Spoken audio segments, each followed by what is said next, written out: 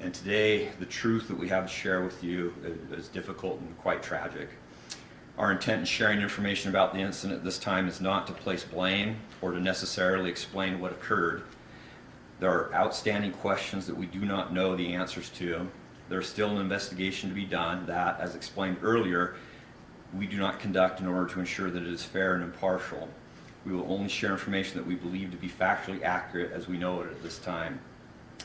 Shortly after midnight, a Bonneville County Sheriff's deputy attempted to make a traffic stop on a vehicle traveling on 1st Street in Idaho Falls. The vehicle came to a stop on the corner of Lincoln Drive just off of 1st Street, and the driver fled from the vehicle on foot into a residential neighborhood. The deputy who initiated the stop broadcasted the direction the suspect had fled and a description of the suspect's clothing, which included a black shirt. A number of Idaho Falls police officers and Bonneville County Sheriff's deputies entered the neighborhood to search for the suspect male.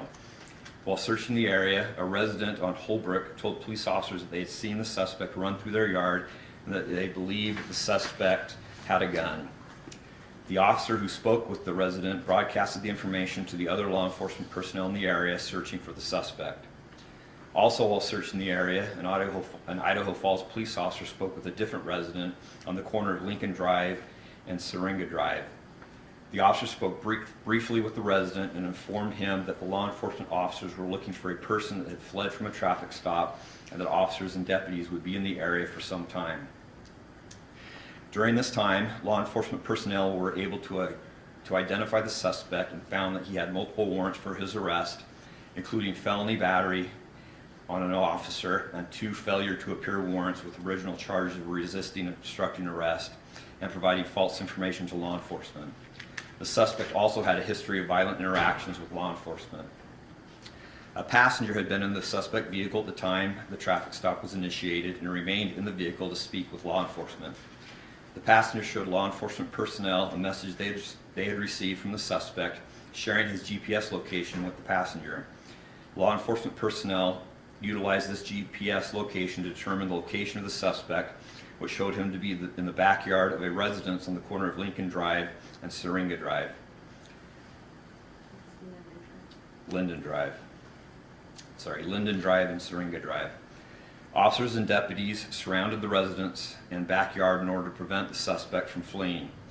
Due to the information that the suspect may be armed and a prior history of violence when interacting with police officers, law enforcement personnel entered the location with their service weapons drawn.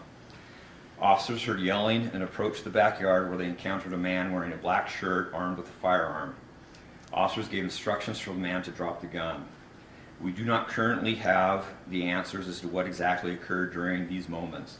We do know that during this interaction, an Idaho Falls police officer discharged a service weapon, firing 1 shot which struck the man.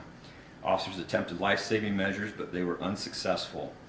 Emergency medical personnel from the Idaho Falls Fire Department also responded and were also unable to provide any life-saving aid to the man.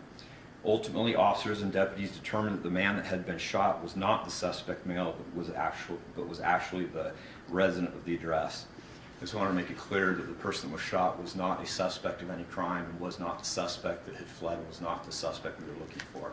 It was the homeowner, the resident who was in the house that had been talked to earlier. He'd gone out into the backyard with that gun, and that's where the officers met him, in that backyard. Shortly after the shot was fired, a deputy in the area reported seeing a man running through the area. Officers and deputies tracked this man to a nearby residence where he was found hiding in a shed in the backyard of the residence. This man was positively identified as a suspect male who ran from the traffic stop and was taken into custody.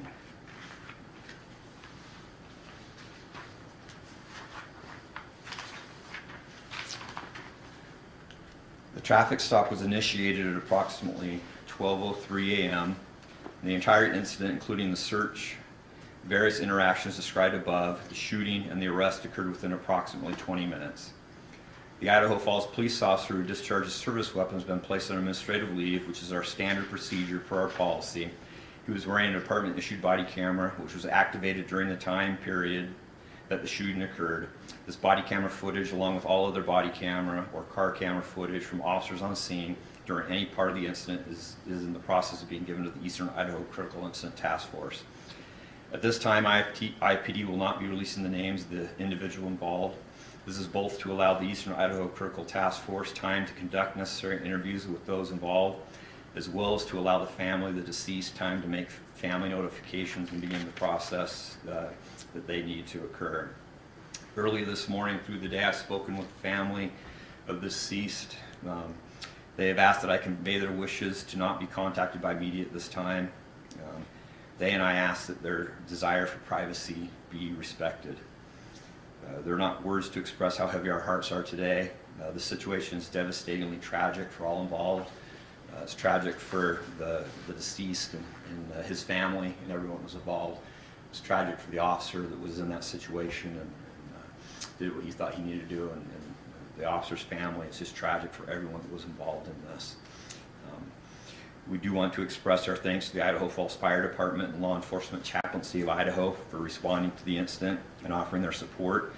We would also like to thank the Idaho State Police and investigators from other agencies who will be participating in the investigation, and trust that they'll do a very thorough and complete job.